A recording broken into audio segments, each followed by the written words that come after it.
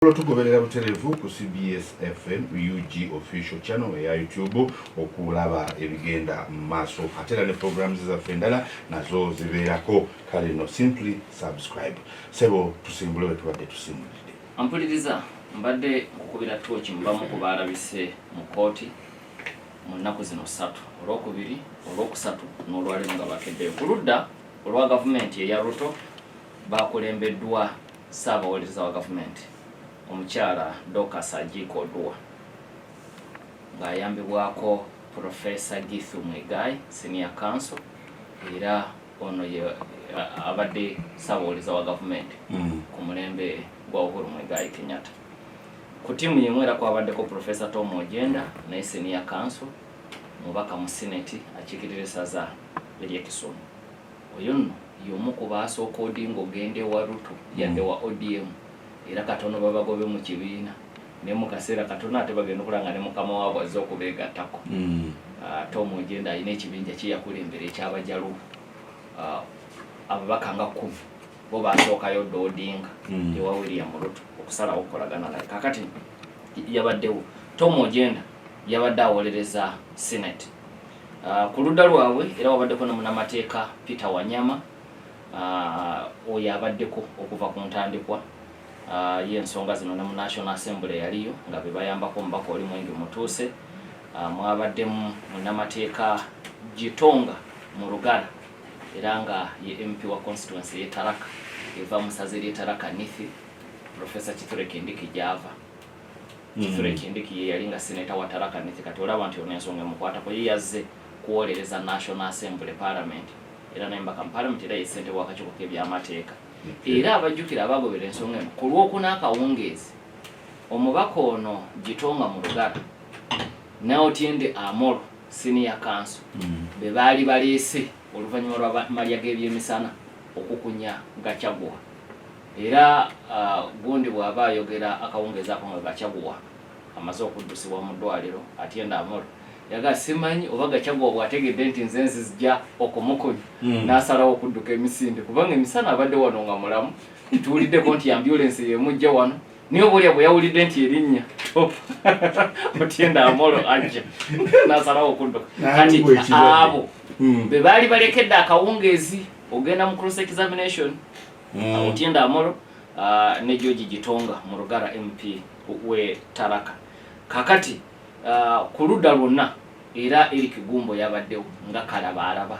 kubanga yabadde alabirira ensonga zino okuva mu National Assembly era ye ebigambo ebibye byabadde bitono mu nnaku zino ebbiri naye teyatudde nako ebiseera byonna omulaba ayimiridde wali yalinga agamba kati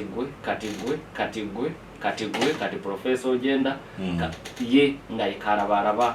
w'ensonga abo bonna mpuliriza manya manene mu nsonga z'ebyamateeka kikulaga obukulu bw'ensonga eno. Bwe tudda ku ludda olwa Gachagua tiimu nga bulijjo yakulembeddwa senior counsel Paul Mwite ku ludda lwe yabadde ne Tom Mashari Anjire Ndegwa era tujjukira nti bano abadde nabo okuva mu National Assembly ne mu Senate Paul Mwite abadde atambula nabo omukoleza Gachagua ne Dr. Elisha Ongoya yabaddeko tumujjukira nnyo wiiki ewedde ye yakunya omubaka Mwenge Mutuuse n'amubuzaako embiibya. Kakati naye yabadde era ku nnaku olwokubiri yatunse n'abasomesa be babiri Professor Tom Ojenda ne Professor Githu Mwigai. Kakati mu kuwanyisiganya ebisongovu mu kkooti Professor Tom Ojenda nawe yagambye nti naye se babalamuzi abantu bano sandyagadde batumalire nnyo biseera bwe kye baliko baagala kuwanvuya bintu bino ekyo bo kibakolera nti ate tetumanyi bano omusango banaagumala kuba olaba badduse ne mu Senate na wano bayinza okudduka. Kakati Dr. Ongoya n'agamba nti sebo nkusaamu nnyo ekitiibwa ng'omusomesa wange naye ekigambo ekyo ogenda kukijjawo kkooti eno tegenda genda mu maaso ekigambo ekyo nga tekinnavaawo ekiriwo ekyokudduka ekyogamba nti adduka namuga saagala wano mu kkooti tuyina neeyisa gye tweyisa nga yakigundu ebigambo by'ebyobufuzi byogerera eri kadaala k'ebyobufuzi bw'oba osaba akalulu ekisumu wano mu kkooti saagala olete swakaba. Kakati Ojenda najja n'ayogera naye ebigambo n'atabijjaawo. Kati omusala bwe baguddiza Ongoya n'agamba siina kirala kye ngenda gattako okujjako ng'amaze okumenya ebigambo ebyo mbu tugenda kudduka kubanga ffe tubeera tudduka naye nti kubanga kalakita yange bw'ogittattana omuntu gwempolereza ye kennyini oba omaze okumwabya kuba batakyalina ssuubi pulide bamala omutegeeza nti asobola n'okudduka mu kkooti agiddukamu naguno asobola okuddukamu kati Professor Tom Ojenda ebigambo ku nkomerero n'abimenyawo kakati abo tiimu ebaddewo okuva ku ntandikwa paalamenti entono enkulu naye beegattiddwako abalala mu bo olina munnamateeka Kibbe Mungai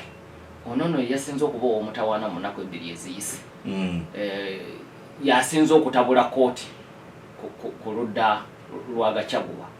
Kibbe Mungai oyo baagaseeko mupya ku ttiimu eya Gachagua era ku ttiimu yemu ne kwegattako Mbaka Dani Manzo mubaka mu seneti ya Kenya akikirira essaza ly'e Makueni kati Dani Manzo wa kibiina kya Wiper mu byafaayo by'ebyobufuzi talina kimugatta na Gachagua naye mukama we Stephen Kalonzo Musyoka alina kyabala mukulembeze wa Wiper Democratic Movement Gachagua n'amasekati g'e Kenya nga gasindiikirizibwa fe abakamba tusobola okwegatta nabo omukago gwaffe guba gutandise okuguma kati n'olwekyo kyekimu ku bireeta Dani Manzo mu nsonga zino taliiwo ku lulwe aliwo ku lwa mukama we Stephen Kalonzo Musyoka n'olw'ekibiina kya Wiper Democratic Movement ate ekirala essaza lyakiikirira awamu ery'e Makueni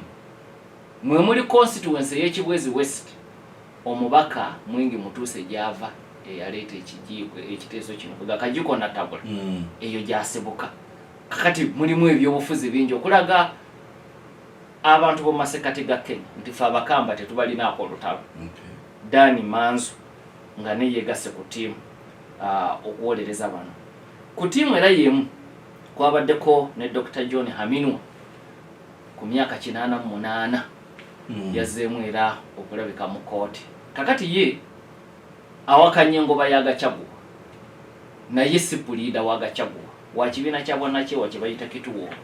kya sheria era yategeeza abalamuzi nti ebiragiro mumateeka bayita instructions nazifunye jjo ku baraza nti nzije nkiikirire kituwa kya sheria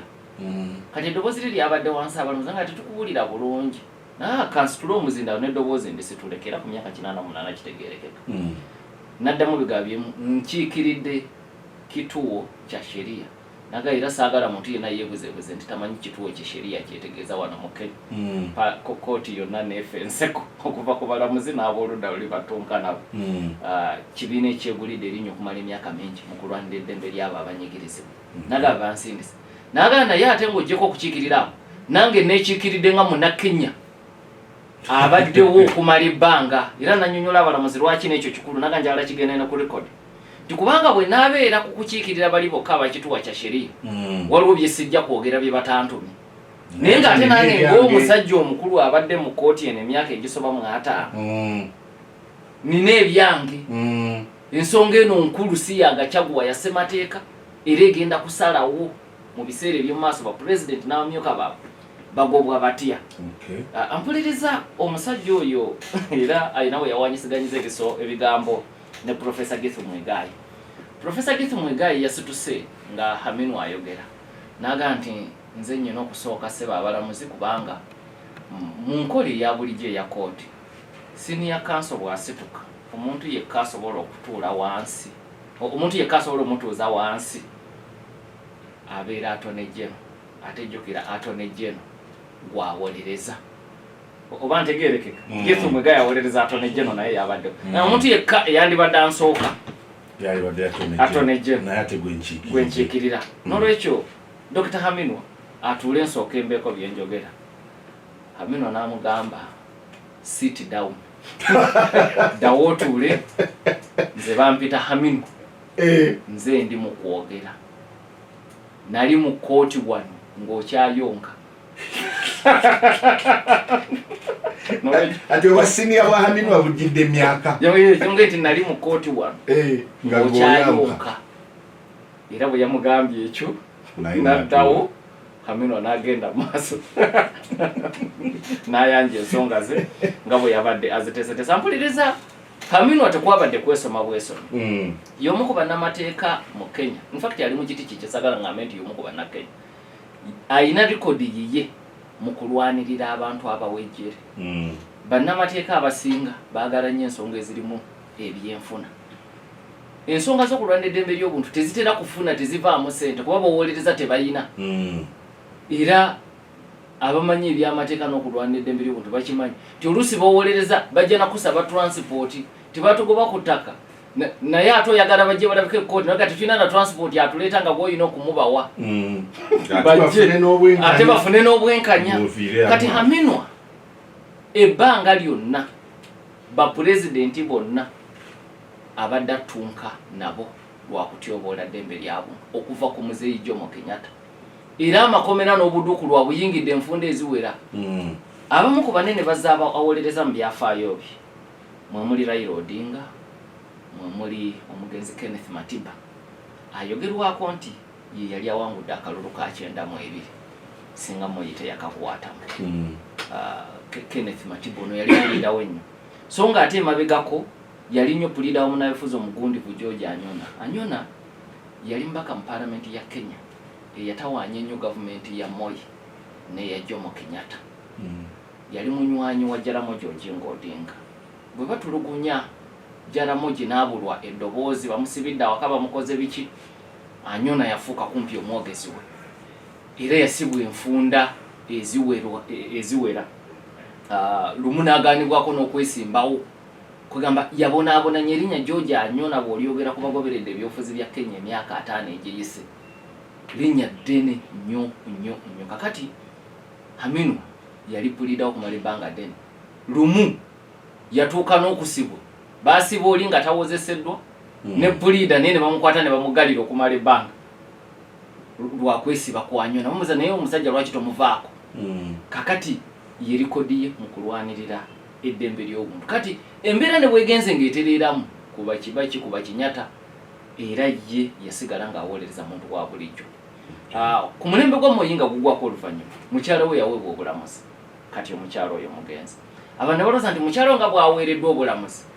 agenda kuva mu kyactivism okulwanirira abo abanyigirizibwa. Teyakyukako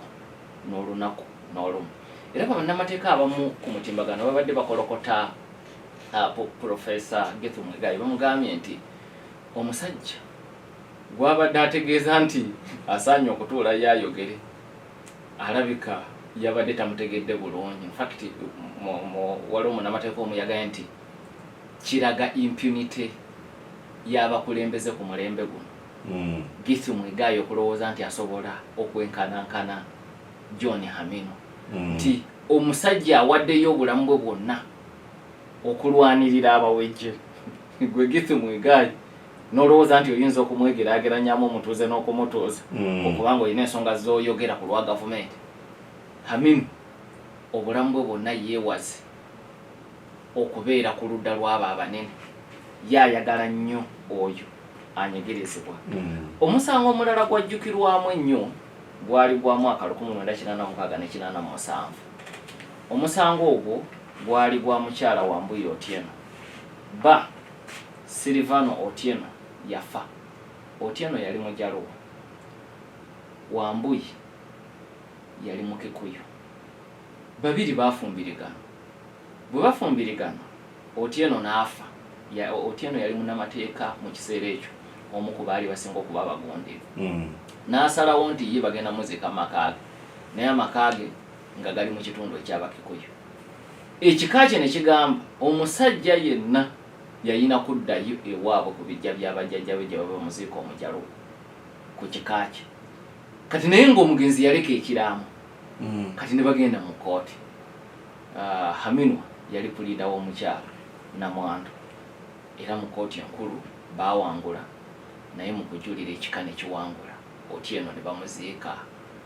gyasibuka mu Bajaluo naye ng'omulambo gumaze mu ggwanika emyezi egisoba mu 6 nga bano bali mu kuttunka mu kkooti kubanga omusango gwafuuka ogw'amawanga wakati w'Abakikuyu n'Abajaluo ne gufuuka omusango wakati wa gavumenti n'abavuganya. Kati jjukira Abajaluo bwe banyigiriza Jaramogi n'alekulira ne kuba deputy vice president.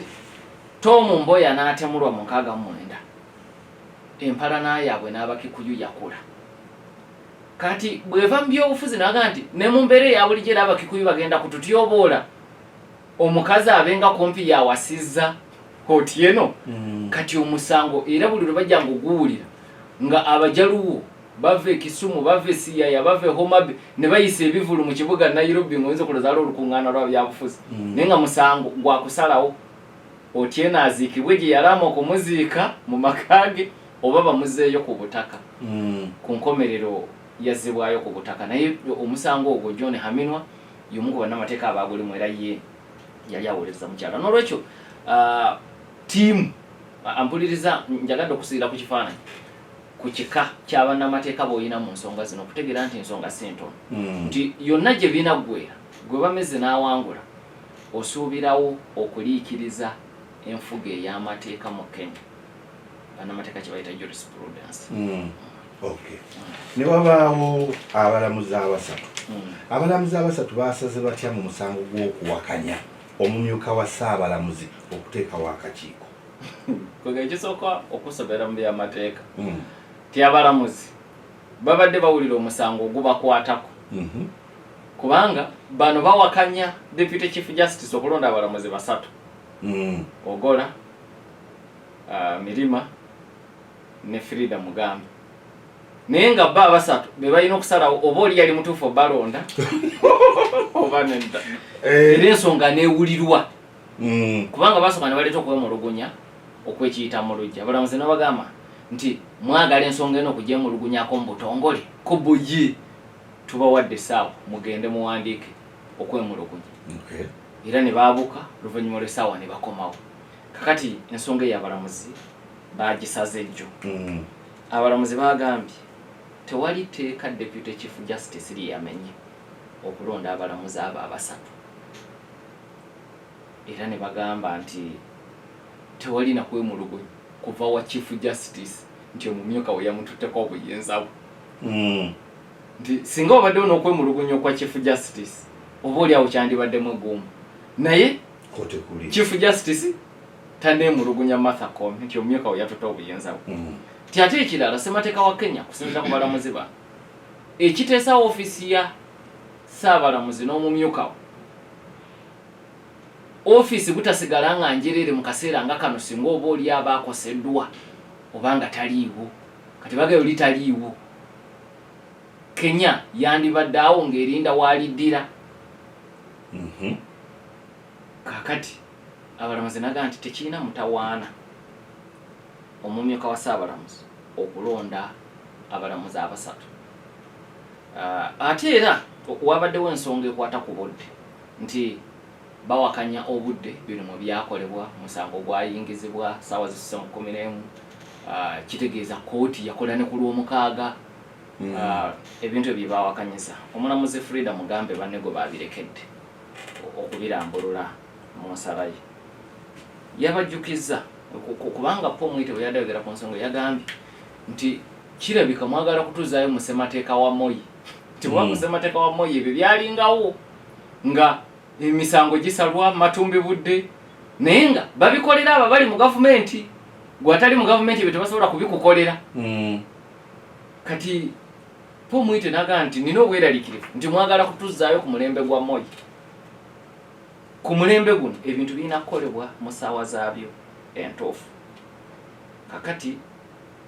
mu kwanukula omulamuzi Frida Mugambe yagambye nti abantu bano si benkanya Pomwite ne banne nabaga nti mu nsonga ez'ekika kino zennyini okuva ebya Gachagua bino olwo byatandika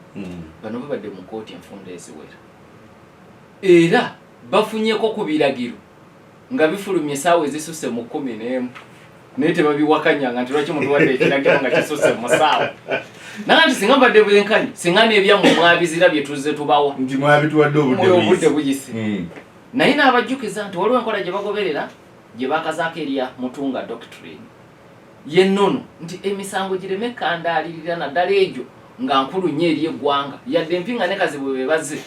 naye ng'ebigivaamu ate bikosa eggwanga lyonna kiva mu Mutunga Doctrine.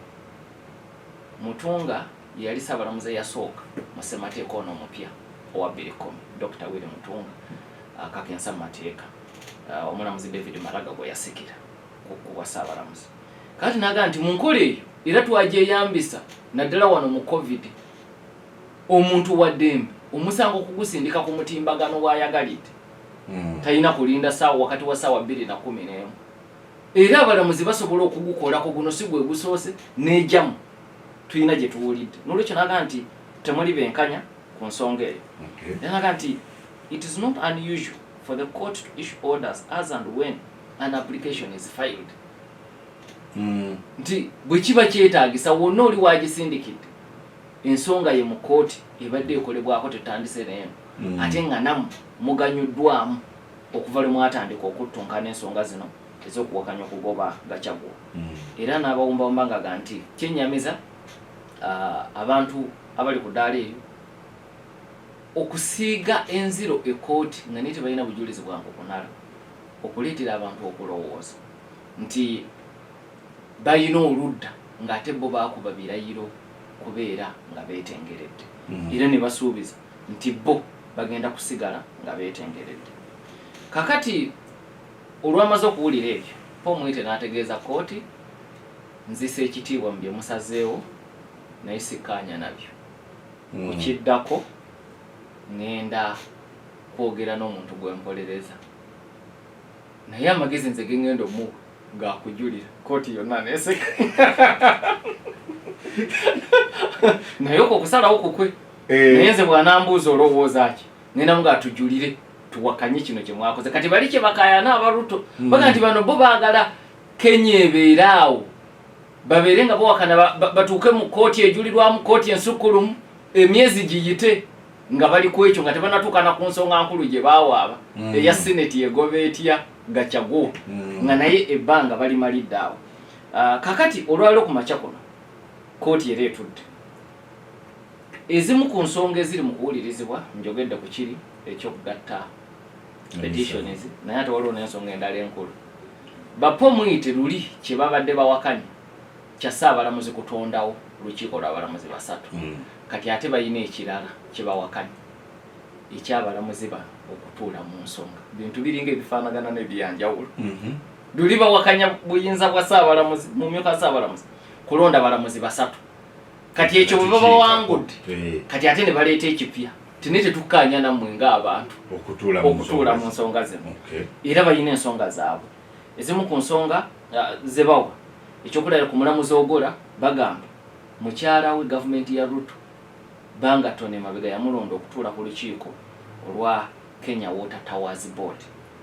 kati bagamba nti olw'ekyo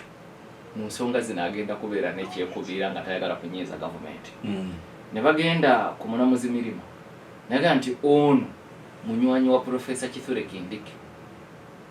gwe bawakanye engeri gye yalondeddwamu okusikira Rigathi Gachagua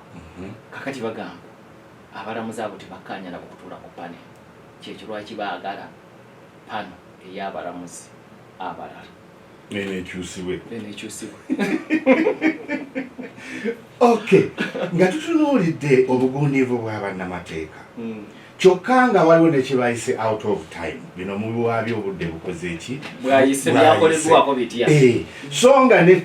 paalamenti ento n'enkulu zo zaamaze dda omugoba kino olaba kiggwerawa ekya Gachagua okugenda oba obutagenda kakati ekya Gachagua ogenda oba obutagenda ekyo si kikulu kkooti ne bwe mugamba nti asigaleko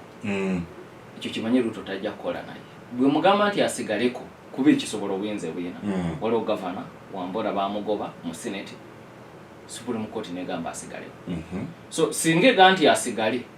oba ogenda kufuna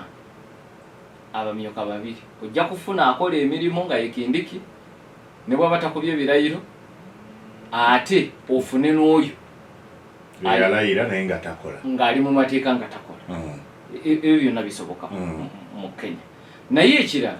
ekyo kati si kyekikulu eri Gachagua kati Gachagua ali mu kuzannya muzannyo gwa byabufuzi era nabali owedda bakimuteekako Yesu Mwegayi ne Tom Ojen wedda bakyogera nti bano kkooti baagala kugizannyisa byabufuzi nti era bye boogera wano temulowooza nti babyogera kumatiza mmwe balamuzi bo babyogera kumatiza bawagizi baabwe era ekyo nakyo kyanyuziza pomweta naye n'agamba bakimenyewo era ne bakimenya so kakati ye Gachagua wakkiriza nti twatabuse ne Ruto twatabuse ne kati nyina okuzanya ebyobufuzi sina kugenda bwentyo kati lutalo luliwo tewaliko kuusa Okay. Tuli ku 88.8 kya Basafama Radio Buganda. Banaffe aba Harris ne bagamba nti ku byetaago byonna ebyobulunzi beesige